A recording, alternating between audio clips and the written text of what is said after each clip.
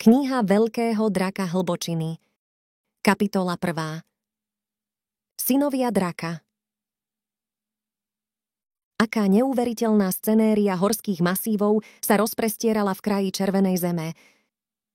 Krátke planiny, červené útesy, úzke kaňony, pieskové duny s riedkými ostnatými kríkmi druhu na severe úplne neznámeho. Prašná vyprahnutá zem bola taká neskutočná, že by som bol sotva prekvapený, keby som zbadal olifanta vystrkovať spoza duny svoj chobot. Prijal som si, aby toto mohla vidieť Eliany. Keď som sa konečne dostal do blízkosti Lorzenovej hory, najprv som sa v diaľke zastavil, aby som si prezrel obrovský červenkastý útes, do ktorého bol vytesaný vchod. Zákonne neskutočné, pomyslel som si. Ako som prichádzal bližšie k masívnym dreveným dverám, mrmlal som si, viem, že by som nemal, ale bol by som rád, aby ma bol Jervin poučil, čo povedať, keď tam prídem. Svätyňa Ezraimu so svojimi nestráženými vchodmi, kde ľudia mohli chodiť hore-dole, ako sa im páčilo, sa zdala byť bolestne ďaleko. Skôr ako som stihol zaklopať na portál, oslovil ma hrmotný hlboký hlas. Kto si, cudzinec v zákone? Nevidel som, kto na mňa volá. Jediným otvorom v obrovských vrátach bola maličká dierka. Držiac sa čistej fontány, zavolal som späť. Som zar hnedého rúcha, poslaný majstrom Jervinom svätyne Ezraimu. Si syn draka? Otázka ma zmiatla. Naladil som sa na čistú fontánu a pokúšal sa zistiť, čo by odpovedal prebudený človek. Našťastie iný hlas zahučal, povedal si svätyňa Ezraimu? Vydal som na poli hrdé, na poli opatrné, áno, pane. Aké šaty má oblečené? Mníšské rúcho, hnedé, špinavé, odpovedal prvý hlas. Pustite ho dnu! A je to, pomyslel som si. Jervin, pozri sa na mňa, už som sa dostal dovnútra. S nezákonne zlovestným škrípaním sa obrovské dvere začali otvárať. Zdalo sa, že to trvá večnosť. Postupne sa predo mnou objavila tmavá hala. Statočne som vošiel dovnútra. Moje prvé prekvapenie prišlo, keď som si uvedomil, akí veľkí sú tí dvaja muži. Zriedka som vídal takých vysokých a svalnatých ľudí. Nevyzerali obzvlášť priateľsky. Kým sa dvere za mnou zatvárali, civeli na mňa. Začal som sa cítiť čoraz menej a menej príjemne. Koncert škrípania sa skončil hlasným buchnutím, keď ťažká priečna klada zapečatila portál. Jeden z obrov ma zdrapil za plecia. Prezerajúc si ma, ako by som bol kura na trhu, opýtal sa druhého. Myslíš, že je na niečo dobrý? Jeho druh vyzeral zamyslene a zamrmlal neisté. Potom začali rozoberať moju konštitúciu. Je hrozne chudý. Myslíš, že by sa náš Boh mohol kvôli tomu uraziť? To je celkom možné, odpovedal druhý. Potom ma muž dosť drsne sotil k svojmu priateľovi. Takmer mi zabehlo, keď som ho počul povedať, asi by sme ho mali hodiť do priepasti s nefilimskou špinou. Pane, pokúšal som sa mu povedať, prišiel som s priateľskými úmyslami.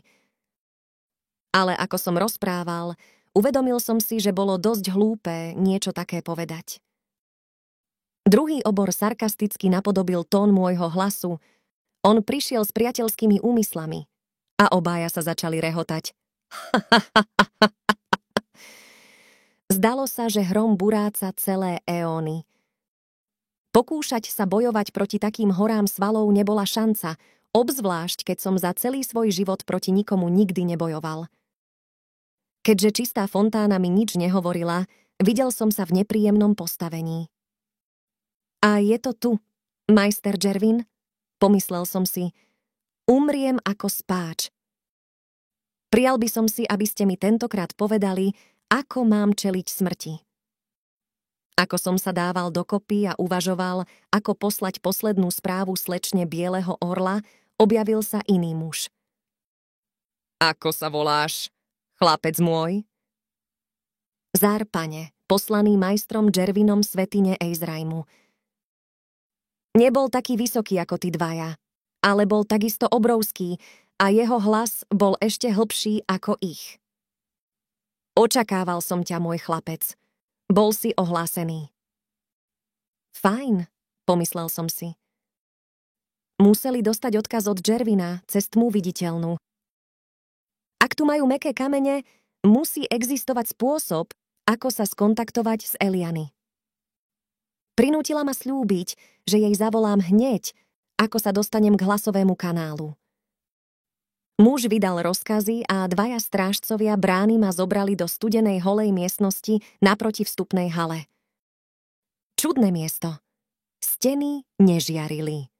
Boli mŕtve, nie z plasu, ale z drsného kameňa. Jediné svetlo prichádzalo z niekoľkých fakiel pripevnených na stenách. Objavil sa štvrtý muž, tiež kolos. Priniesol vodu a jedlo. Matka svetla, pomyslel som si, hľadiac na čudné, uhliu podobné kusy na svojom tanieri. A s nostalgiou spomínal na Elianine biele nápoje. Kde som to skončil? Tváriac sa tak nevinne, ako sa len dalo, uistil som sa, že sa na mňa nikto nepozerá a začal som rozširovať svoje vedomie všade okolo seba, prechádzajúc cez tmu viditeľnú, aby som našiel mäkký kameň. Ozvalo sa zaklopanie na portál. Na sekundu som si pomyslel, že zakričím na úbohú dušu. Nie, vráť sa naspäť.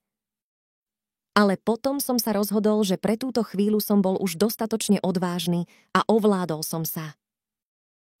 Kto si, cudzinec v zákone? Požadoval hlas, ktorý som začul ako prvý. Som Fileón, syn Fileóna. Si syn draka? Muž vonku si celkom veril. Ešte nie, pane, ale usilujem sa stať jedným z nich, tak ako môj otec a otec jeho otca. Vstúp, kandidát, odpovedal strážca a dvere sa opäť so škrípaním otvorili. To je to, čo mi Džervin zabudol povedať. Pomyslel som si, uistiac sa, že si tie slová zapamätám, pre prípad, že by sa ma ešte niekto v tomto blázinci opýtal, čo som za syna.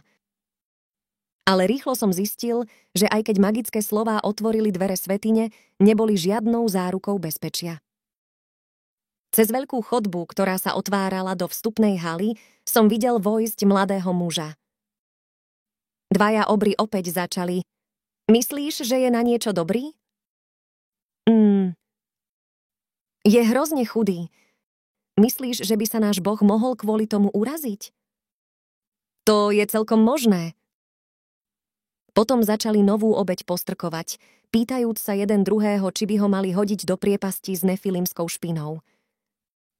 Vidieť, že som nebol jediný, kto bol prijatý takýmto spôsobom, ma len mierne potešilo. Po niekoľkých minútach sa znovu objavil muž, ktorý, ako sa zdalo, zaujímal v hierarchii svätyne vyššie postavenie. Tentokrát nepovedal, že prišelec bol ohlásený, ale rituálnym spôsobom sa ho opýtal.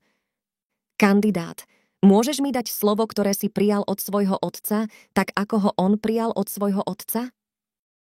Mierne otrasený, ale inak celkom v pohode, mladý muž odpovedal: Áno, môžem. Veľmi dobre. Zašepkaj mi ho do ucha.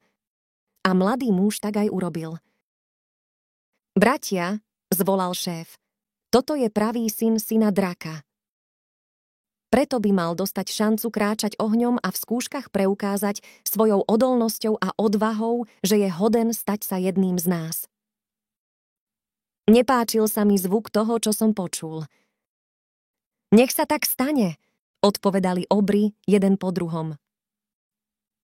Fileón, povedal šéf, si len pri portáli a stále sa môžeš vrátiť, pokiaľ si to želáš. Ale ak sa rozhodneš zostať, vedz, že niet cesty späť.